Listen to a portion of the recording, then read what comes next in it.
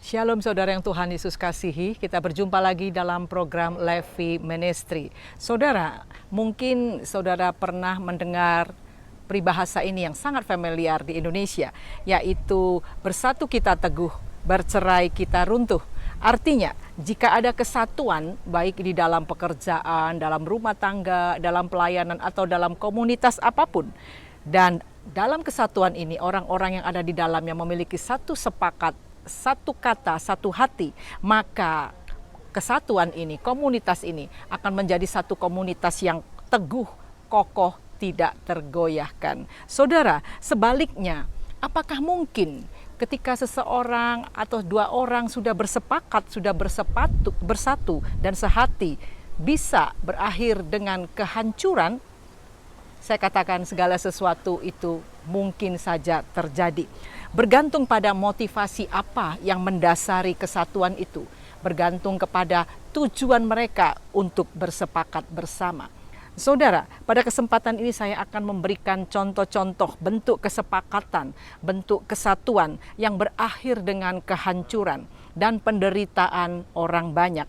Saya akan ambil contoh dalam satu keluarga, dalam hubungan keluarga, dalam hubungan suami istri, kesepakatan mereka yang banyak menghasilkan kehancuran, yang banyak menghasilkan penderitaan, bukan saja bagi mereka, tapi bagi orang lain.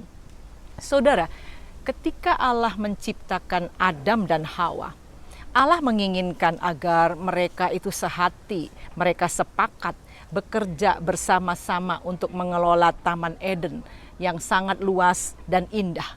Tujuannya untuk apa? Agar mereka mengelola bersama, mereka bisa makan dan bertahan hidup lebih lama di sana. Juga agar mereka dapat mengalami damai sejahtera dan sukacita setiap hari. Tetapi saudara, damai sejahtera, ketenangan dan kebahagiaan itu tiba-tiba lenyap seketika. Ketika Adam dan Hawa bersepakat melanggar perintah Allah. Mereka harus menerima konsekuensi dari perbuatan mereka, yaitu mereka diusir dari Taman Eden.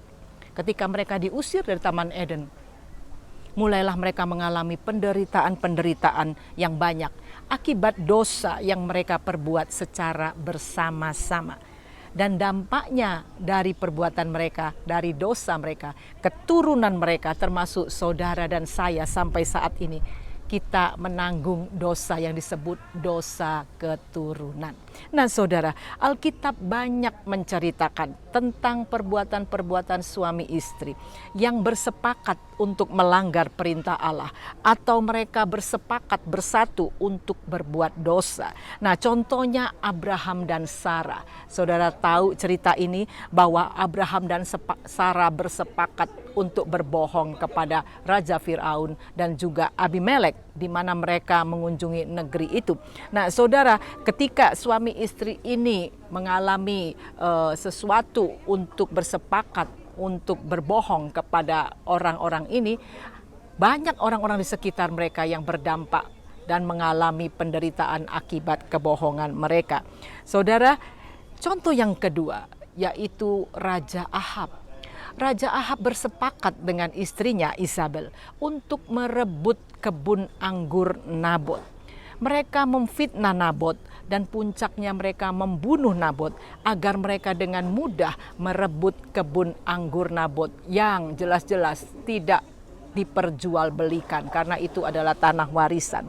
Nah saudara, dengan mudahnya setelah Nabot mati, mereka merebut kebun anggur itu. Betapa mengenaskan, betapa menyedihkan penderitaan keluarga Nabot. Kepala keluarga sudah mati dan juga harta warisan mereka, kebun anggur satu-satunya juga hilang lenyap. Saudara, apakah Allah tinggal diam melihat kesepakatan orang-orang yang berbuat dosa dan menimbulkan banyak penderitaan bagi orang lain? Tentu tidak, saudara. Kita tahu akhir hidup Ahab dan Isabel. Mereka mati dengan tidak terhormat. Nah saudara yang Tuhan Yesus kasihi, kita melihat bahwa Allah turun tangan terhadap orang-orang yang berbuat jahat. Membalaskan sakit hati, membalaskan penderitaan Nabot yang dibunuh karena tidak bersalah.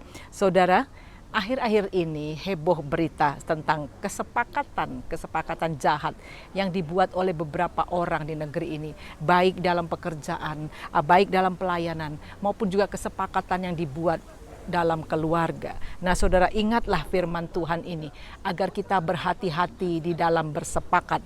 Di dalam Galatia 6 ayat 7, firman Tuhan mengatakan, jangan sesat.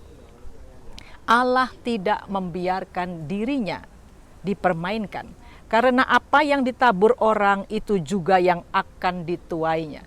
Saudara yang Tuhan Yesus kasihi, segala perbuatan yang dilakukan manusia, baik secara pribadi ataupun secara bersama-sama, pasti suatu saat akan dituainya. Apa yang dituai jika perbuatan itu kejahatan?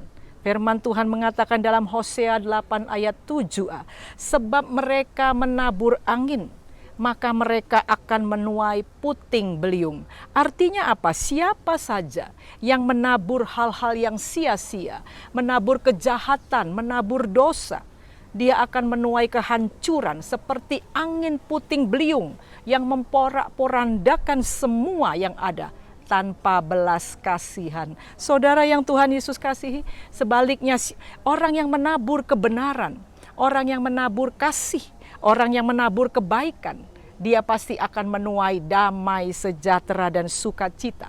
Ingatlah perkataan Tuhan Yesus dalam Matius 18 ayat 19 sampai 20. Firman Tuhan mengatakan, dan lagi Yesus berkata, Aku berkata kepadamu, jika dua orang daripadamu di dunia ini sepakat meminta apapun juga, permintaan mereka itu akan dikabulkan oleh Bapakku yang di sorga. Sebab di mana ada 2 atau 3 orang berkumpul dalam namaku, di situ aku ada di tengah-tengah mereka. Jadi saudara yang Tuhan Yesus kasihi, Anda sedang bersepakat dengan siapa saat ini? Anda sedang bersepakat untuk apa saat ini? Ingatlah, jika bersepakat untuk kebaikan, maka Yesus ada di tengah-tengah kita. Dan jika Yesus ada di tengah-tengah kita, dia akan membawa damai sejahtera, dia akan membawa sukacita, dia akan memberikan kemenangan di dalam segala hal, dalam keluargamu, di dalam usahamu, di dalam pelayananmu, dalam kesehatanmu. Amin. Tuhan Yesus memberkati.